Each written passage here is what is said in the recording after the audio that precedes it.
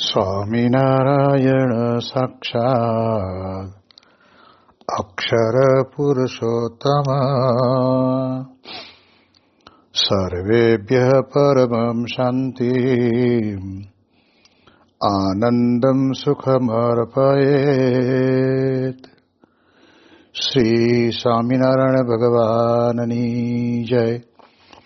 શ્રી અક્ષર પુરુષોત્તમ મહારાજની જય. શ્રી ગુણાતીતાનંદ સ્વામી મહારાજની જય. શ્રી પ્રમુખ સ્વામી મહારાજની જય. શ્રી મહંત સ્વામી મહારાજની જય. પ્રગટ ગુરુ હરિ પરમ પૂજ્ય મહંત સ્વામી મહારાજની આજ્ઞા અને આશીર્વાદથી આપણે બધાય શ્રાવણ માસ અંતર્ગત નિત્ય પ્રાતઃ કથાનો લાભ લઈ રહ્યા છીએ. આજે આપણા માટે ઓગસ્ટ મહિનાની 31મી તારીખ અને શનિવારનો મહાપવિત્ર દિવસ છે અને 1355મી સભા થાય છે. કહત હૈ સહજાનંદ એ વિષય ઉપર 1006 દિવસ થાય છે. ભગવાન સ્વામિનારાયણ ગઢડા પ્રથમ પ્રકરણના 62ના વચનામૃતની અંદર આપણને ભગવાનના સ્વરૂપને વિશે રહેલા 39 કલ્યાણકારી ગુણોના દર્શન કરાવે છે. એની અંદર ગઈકાલે આપણે 20મો ગુણ હતો જે કહે છે કેબલમ, કહેતા કે કલ્યાણકારી ગુણોને ધારણ કરવાનું સામર્થ્ય. આ એક બહુ જ આપણા જીવનની અંદર વિચાર માગી લે એવો ગુણ છે. કારણ કે અનંત કોટી જીવોનું કલ્યાણ કરવું હોય અથવા તો જે કરે છે કે કરનાર સત્પુરુષ છે કે ભગવાન છે, એ આ કલ્યાણકારી ગુણને ધારણ કરવો એટલે કે સામાન્ય વાત નથી. જેના માટે આપણે જાણીએ એ પ્રમાણે આ લોકની અંદર ક્યારેય પણ કોઈ દિવસ એમના અંતરની અંદર જ્ઞાતિ જાતિ વગેરેના કોઈ ભેદભાવ એમનામાં રહેલા નથી. સર્વનું કલ્યાણ કરવા માટે જ પોતે પૃથ્વી ઉપર પ્રગટ થયા હોય. અને એટલે જ યોગીજી મહારાજ પોતે બોલતા કે ભગવાન સૌનું ભલું કરો. બીજું વાક્ય પણ બોલતા કે વિશ્વનું કલ્યાણ થાઓ. આ વાક્ય અંતરની અંદરથી નીકળે છે, નહીં કે લોક જગતને બતાવવા માટે થઈને. એટલે એટલા માટે થઈને મોટા પુરુષના અંતરની અંદર કલ્યાણની શુભ ભાવના રહેલી હોય છે. અને એના કારણે કરીને આ વિશ્વની અંદર આપણે જાણીએ એ પ્રમાણે ભગવાન અને સત્પુરુષ પોતે જ્યાં જ્યાં વિચરે છે ત્યાં ત્યાં તે ભૂમિ ઉપર રહેલા દરેકનું કલ્યાણ કરવાનો સંકલ્પ કરે છે. જેમ આપણે જાણીએ ભાદરાની અંદર ઊંડ નદીને કિનારે જતા રસ્તાની અંદર એક જગ્યા ઉપર અનંત કીડીઓનો દરમાંથી કીડીઓ બહાર નીકળી હતી. અને ત્યારે તે વખતના સમયની અંદર ભગવાનના અનન્ય ભક્ત હતા એવા એમણે પોતે મહારાજને પ્રાર્થના કરીને કહ્યું કે હે મહારાજ, જેમ કોઈ નવો રાજા ગાદીએ આવીને બેઠા હોય તો પૂર્વના જેટલા બંદીખાનાની અંદર નાખેલા જે બંદીવાન હોય એ બધાને મુક્ત કરી દે, છોડી દે. એમ આપ પોતે સાક્ષાત પુરુષોત્તમ નારાયણ પ્રગટ થયા છો તો આ કીડીઓનો મોક્ષ ક્યારે થશે? આ પ્રકારનો એક સંકલ્પ જ્યારે એમણે કર્યો ને ત્યારે મહારાજે દયા કરીને એ બધી જ કીડીઓને ભગવાનના ધામને વિશે જતી જોઈ અને એ પ્રમાણે એમને પોતાના જીવનની અંદર અનુભવ થયો. એવી જ રીતે મૂળજી શર્મા કહેતા ગુણાતીતાનંદ સ્વામી જ્યારે ભાદરાની અંદર રહેતા હતા ત્યારે એક મહાત્મા પોતે ત્યાં આગળ કોઈક વણિકની દુકાને આવ્યા હશે અને કહ્યું કે 2 दिन से मैं भूखा हूं, मर जाऊंगा और भगवान के धाम में चले जाऊंगा, इसलिए कुछ खाने का दो. એમ કરતા હશે અને ત્યારે મૂળજી ભગત પોતે ત્યાં આગળ ઊભા હતા અને એમણે એટલું કહ્યું કે ધામમાં જવું તો અબ ઘડી તમને મોકલી દઉં. ધામમાં તો જવું નથી, પણ આ પ્રમાણે પોતે પોતાની વાણી દ્વારા ત્યાં આગળ રજૂઆત કરે છે. અને ત્યારે એને લાગ્યું કે નક્કી આ ભક્તરાજ તો જરૂર મને ભગવાનના ધામમાં મોકલી દેશે. એટલે આપણે જાણીએ છીએ કે ભગવાનના ધામને વિશે જવાનું જે કલ્યાણકારી જે ગુણ છે એ આવા ગુણાતીત સત્પુરુષને વિશે અખંડ રહેલો છે. અને એટલા જ માટે થઈને યોગીજી મહારાજ કે શાસ્ત્રીજી મહારાજ જેવા ગુણાતીત પુરુષોને જીવનની અંદર ઘણી બધી પ્રકારના કષ્ટો સહન કરવાનો વારો આવ્યો છે, પરંતુ એમનો એવો જે પ્રભાવ કલ્યાણકારી ગુણનો કે આપણને સમજાય અને દેખાય આવે કે તે વખતે શાસ્ત્રીજી મહારાજ માટે જ કહેવાય છે કે મારવા માટે પાછળ દોડતા હતા એવા બધા પાળાઓને જ્યારે આ પ્રમાણે પોલીસ ચોકીએ હાજર કરેલા હતા અને છોડતા નહોતા ત્યારે શાસ્ત્રીજી મહારાજને ખબર પડી. એમણે કહ્યું કે તમે એમને જ્યાં સુધી નહીં છોડાવો ત્યાં સુધી અમે અન્ન જળ લઈશું નહીં. આ પ્રમાણે એમના અંતરની અંદર આ કલ્યાણકારી એક અદ્ભુત ગુણનો દર્શન આપણને થાય. નહીતર જેણે પરેશાન કર્યા હોય એવા માટે તો આપણે વધારે ને વધારે કંઈક એ દુઃખી થાય એવી પ્રકારનું જ આપણે આપણા જીવનની અંદર આ પ્રમાણે કરતા હોઈએ છીએ. એટલે એટલા માટે થઈને આપણને એમાં પણ સમજણ પડે. એટલે આવું કલ્યાણ કરનાર પોતે સાક્ષાત ગુણાતીત પુરુષનો આ આગવો ગુણ છે. કારણ કે મહારાજને વિશે તો ગુણ હતો જ, તેમ છતાં પણ પોતાના અનુગામી એવા ગુણાતીત સત્પુરુષને વિશે આ ગુણ વિશેષ કરીને આપણને દર્શન થાય છે. આપણને ખબર પડે કે કલ્યાણકારી ગુણનો કેટલો મોટો જબરદસ્ત એમના અંતરની અંદર ભાવના પડી હોય છે. બહુ વર્ષો પહેલાનો પ્રસંગ છે. બ્રહ્મ સ્વરૂપ યોગીજી મહારાજ પોતે સારંગપુરથી આ બાજુ ઝાલાવાડ પંથકની અંદર બધે વિચરણ માટે નીકળ્યા હશે અને ત્યારે જ્યાં જઈએ ત્યાં આપણને ખબર જ હતી કે ત્યાં આગળ કાળુપુર વિસ્તાર કહેતા મૂળી વિસ્તારની અંદર આવતા સ્વામિનારાયણના મંદિરોને વિશે જ આપણા બધા સંતો ઉતરતા.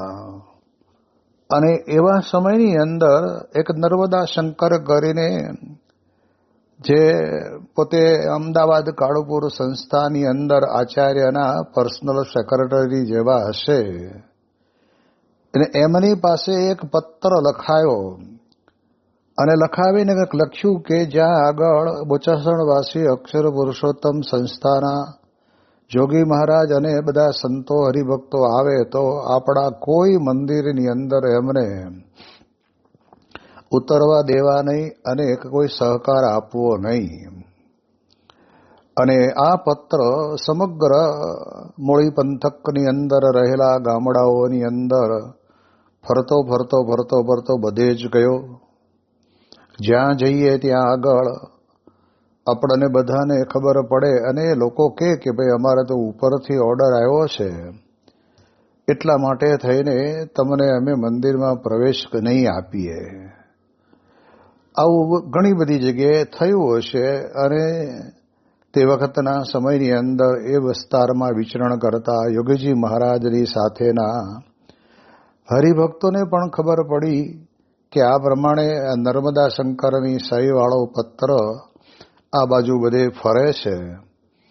અને ત્યારે પછી દશા યોગીજી મહારાજ જે પ્રમાણે વિચરણ ચાલતું હતું એ પ્રમાણે મંદિર સિવાયના હરિભક્તોના ઘરોની અંદર રહીને કથા વાર્તા એમણે કરી.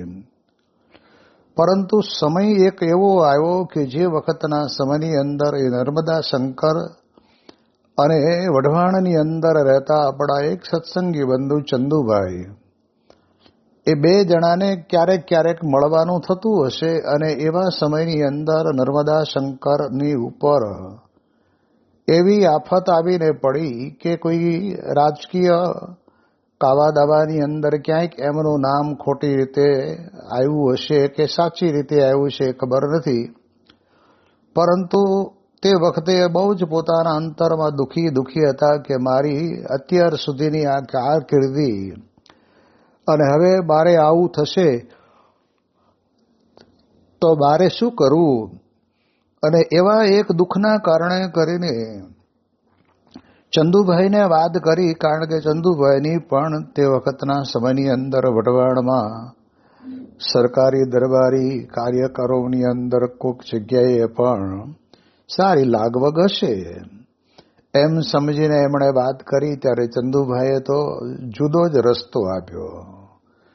એ કે ચાલો આપણે યોગીજી મહારાજ પાસે જઈએ અને યોગીજી મહારાજ તમને આશીર્વાદ આપશે. અને ત્યારે એમણે કહ્યું કે ચંદુભાઈ, તમને ખબર તો છે કે મારા સહીથી ફરેલો આ પત્ર અને પત્રના કારણે કરીને યોગીજી મહારાજને કોઈ મંદિરોની અંદર આવવા નથી દીધા અને હવે એમની પાસે કેવી રીતે જવું. અને ત્યારે ચંદુભાઈએ કહ્યું કે તમને હજુ સમજ નથી પડી કે યોગીજી મહારાજ કેવા દિવ્ય પુરુષ છે.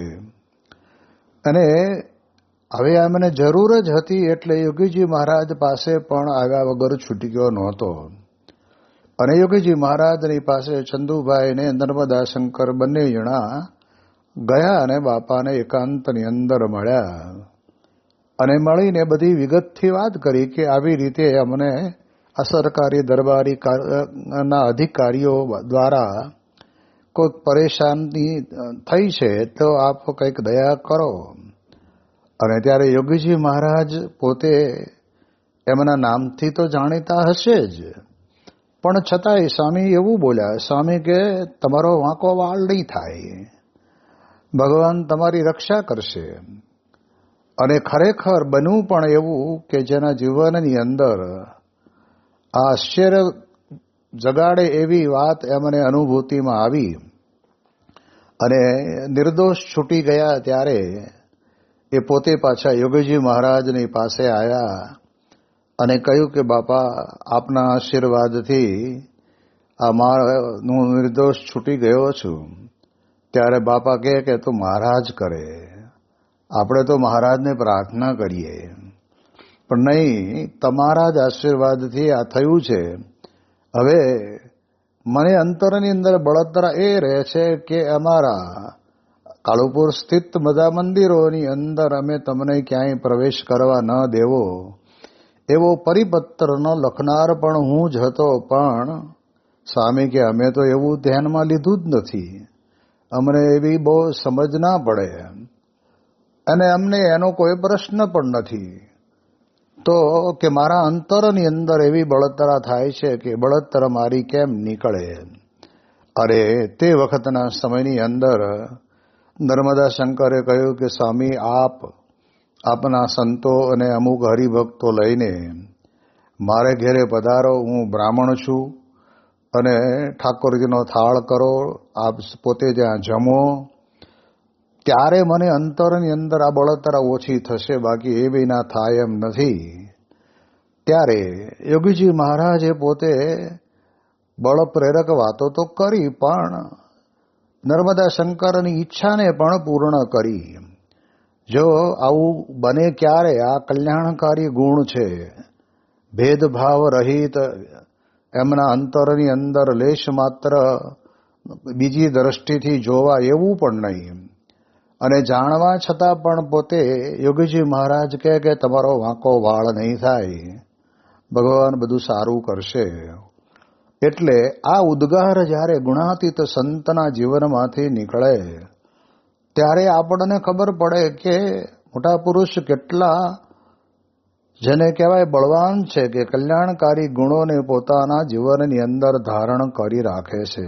એવું સામર્થ્ય એમનામાં છે. અને પછી નર્મદા શંકરના ઘરે ગયા, કથા વાર્તા થઈ, ઠાકોરજીનો થાળ થયો, જમ્યા, અને એમને પોતાને અંતરની અંદર શાંતિ થઈ. જીવ પ્રાણી માત્ર પોતાના અંતરની અંદર આવા કંઈક સ્વભાવ પ્રકૃતિ અથવા તો ભૂલના કારણે કરીને અતિશય તપતા હોય છે, અતિશય દુઃખી હોય છે.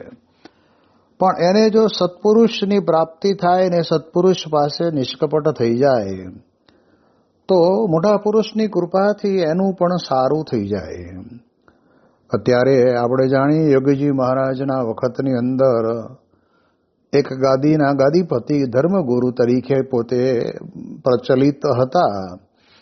અને એ પોતે ગાડી લઈને આગળ જતા હશે અને આગળ ટ્રકવાળાએ એને પોતાને સાઈડ ના આપી. એટલે થોડોક આક્રોશ આવ્યો અને આક્રોશ આવીને ગાડી થોડી સાઈડમાં મળી જગ્યા એટલે લઈ અને આગળ જઈને આડી કરીને ઊભી રાખી દીધી. અને ટ્રકના ડ્રાઈવરને તે વખતે એની પાસે ગાડીની અંદર જે કંઈ લોખંડનું સાધન હશે એના વડે કરીને ખૂબ માર્યો. પણ પછી અંતરની અંદર પસ્તાવો થવા લાગ્યો કે હવે આ મારી થઈ ગયેલી ભૂલને હું કોની પાસે રજૂ કરું. અને તે વખતના સમયની અંદર યોગીજી મહારાજ પોતે પધાર્યા હશે અને ત્યારે યોગીજી મહારાજની પાસે આવીને વાત કરતા કહ્યું કે બાપા, આવી મારી ભૂલ થઈ ગઈ છે તો મને માફ કરો. મેં એને જે માર્યો છે એનો રંચ મારા અંતરની અંદર બરાબર છે, એટલે એમાંથી હું મુક્તિ મેળવું. અને યોગીજી મહારાજે કહ્યું કે તમારે હવે ભૂલી જવાનું. જે સમયે જે નાના મોટા ગુણોના કારણે કરીને એ તમો ગુણ વ્યાપ્યો હશે અને બન્યું હશે, પણ તમે આજે આ પ્રમાણે અંતર ખોલીને જ્યારે વાત કરો છો ત્યારે અમે ભગવાનને પ્રાર્થના કરીએ કે તમારા અંતરની અંદર આ ઉદ્વેગ જે કંઈ છે એ સમી જાય એવું જબરદસ્ત કાર્ય યોગીજી મહારાજની હયાતીની અંદર પણ થયું. એટલે કલ્યાણકારી આ ગુણો છે આ બધા. આવી રીતે સામી વ્યક્તિના અંતરની અંદર શાંતિને સંતોષ આપવો એ સત્પુરુષનું કામ છે. એ સંત વગર આવી રીતે સામી વ્યક્તિને અંતરની અંદર શાંતિ આપી શકે નહીં. અને એ પણ કે આટલું બધું બળ ભગવાનનું જેમના અંતરની અંદર દ્રઢ પડ્યું હોય એ જ આવી રીતે ભગવાનને પ્રાર્થના કરીને આશીર્વાદ આપે અને એનું કામ થઈ જાય. એટલે એટલા માટે થઈને આપણે જાણીએ છીએ કે આ કલ્યાણકારી જે ગુણ એને ધારણ કરવાનું સામર્થ્ય એ આવા ગુણાતીત સંતને વિશે હોય છે. જ્યારે જ્યારે પણ કોઈ પણ મુમુક્ષુ ગુણાતીત સત્પુરુષની પાસે આવે અને ત્યારે તે વખતે એ રાજી થકા પણ એમના જીવનને બદલી નાખે, એમની કારકિર્દીને બદલી નાખે, એમના જીવનની અંદર પ્રારબ્ધને બદલી નાખે. આ કેટલી મોટી જબરજસ્ત વાત છે, જેના પ્રસંગોને આપણે જાણીએ છીએ કે જેમ બાઉદીન પોતે પોતાના પરિવાર સાથે પોતાની માતાની સાથે આ પ્રમાણે ગિરનારની તળેટીની અંદર સુકાઈ ગયેલા લાકડા ભેગા કરી અને વેચીને પોતાનું ગુજરાન ચલાવતા હતા. પણ ગુણાતીતાનંદ સ્વામીને ઠંડી લાગી અને એના કારણે કરીને થોડા થીજી ગયેલા. એટલે સંતોએ આ છોકરાને કહ્યું કે ભાઈ તું તારી બહારીમાંથી થોડાક લાકડા આપ, આ અમારા ઓલિયા જેવા પુરુષ છે અને એમને ઠંડી લાગી છે ને થોડોક તાપણી કરીને તપાવવા છે. અને ત્યારે એની માતાએ કહ્યું કે બેટા દે, લે મારી ભારીમાંથી બે ત્રણ લાકડા લઈ જા અને તું જાતે જ એને આપ્યા, અને કંઈ પણ પૈસો લેતો નહીં, માત્ર ને માત્ર દુઆ માગજે કે અમારું રૂડું થાય.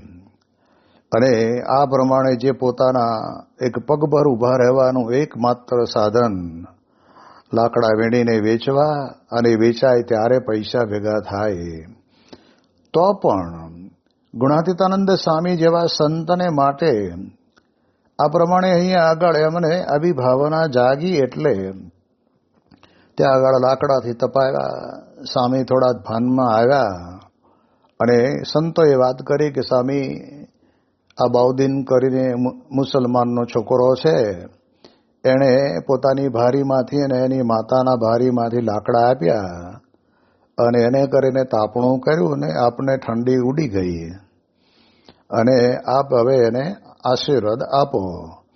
અને ત્યારે ગુણાતીતાનંદ સ્વામી પોતે બોલ્યા કે જા બાઉદીન, તે અમારી ઠંડી ઉડાડી છે, હવે તારો પણ જીવનની અંદર પ્રારબ્ધમાં ફેરફાર થશે, અને તારે હવે લાકડા કાપવા નહીં પડે. આમ જ્યાં ગુણાતીતાનંદ સ્વામીએ પોતે અંતરથી આશીર્વાદ આપ્યા. હવે અહીંયા જોઈએ તો ભલે લાકડા દિનાર એણે દીધા, મફત દીધા, બરાબર છે, પણ આપણે જાણીએ એ પ્રમાણે જ્ઞાતિની દ્રષ્ટિએ તો ઘણી વખત આપણા મનની અંદર અલગ પ્રકારનો વિચાર આવે, ત્યારે કલ્યાણકારી ગુણ જેમાં રહ્યા છે એનું સામર્થ્ય કેટલું મોટું જબરદસ્ત કહેવાય, અને એના જીવનની અંદર એના પ્રારબ્ધને બદલી નાખ્યું. અને બીજે દિવસથી કહેવાય છે કે એને નવાબે પોતાની ઘોડશાળમાં રાખ્યો. થોડા સમય પછી એની બેન પોતે બહુ રૂપાળી હશે એટલે એને નવાબે પોતાની સાથે નિકાહ પઢાવ્યા, અને પોતે પછી દીવાન બની ગયો. અને આપણે ઇતિહાસની અંદર જાણ્યું છે કે એ રહ્યો ત્યાં સુધી દીવાન પદું તો કર્યું, પણ કહેવાય છે કે એ વખતે કુહાડોને લાકડા બાંધવાનો જે બંધિયું, જેને કહેવાય દોરડું, એ પોતાની નજર સામે રાખતો કે મારા ભાગ્યમાં તો આ હતું, પણ મને ગુણાતીતાનંદ સ્વામી મળ્યા, અને એમણે મને આશીર્વાદ આપ્યા કે જા બાઉદીન, તારે હવે લાકડા કાપવા નહીં પડે. તે દીનો દિવસ ને આજની ઘડી મારું પ્રારબ્ધ આખું બદલાઈ ગયું. તો મોટા પુરુષના જીવનની અંદર આ પ્રકારે જ્ઞાતિ જાતિના પણ કોઈ ભેદભાવ હોતા નથી. પ્રમુખ સ્વામી મહારાજ પોતે કોઈ એક વિદેશના એરપોર્ટ ઉપર બેઠા હશે, ને તે વખતે બાપાને પ્લેનને થોડી વાર હતી, એટલે એના કારણે કરીને સ્વામી પત્ર લેખન કરતા હશે. ત્યાં વિધર્મી પુરુષ ત્યાં એક આવે છે, અને આવીને પ્રમુખ સ્વામી મહારાજ જે પત્રો લખે છે, લખવાની સ્ટાઇલ, શૈલી, એ બધા એને દર્શન કર્યા, અને દર્શન કર્યા એટલે એનું થોડુંક અંતર આકર્ષિત થયું, અને એણે તે વખતે ત્યાં આગળ બાપા પત્ર લખવાનું પૂરું કર્યું, એટલે પગે લાગ્યો, નમસ્કાર કર્યા. અને પ્રમુખ સ્વામી મહારાજે જાણ્યું હશે કે આ ક્યારનો ઊભો હશે ને મુમુક્ષુ હશે, એટલે સ્વામીએ કહ્યું કે તમારો કયો દેશ અને તમે શું કરો છો?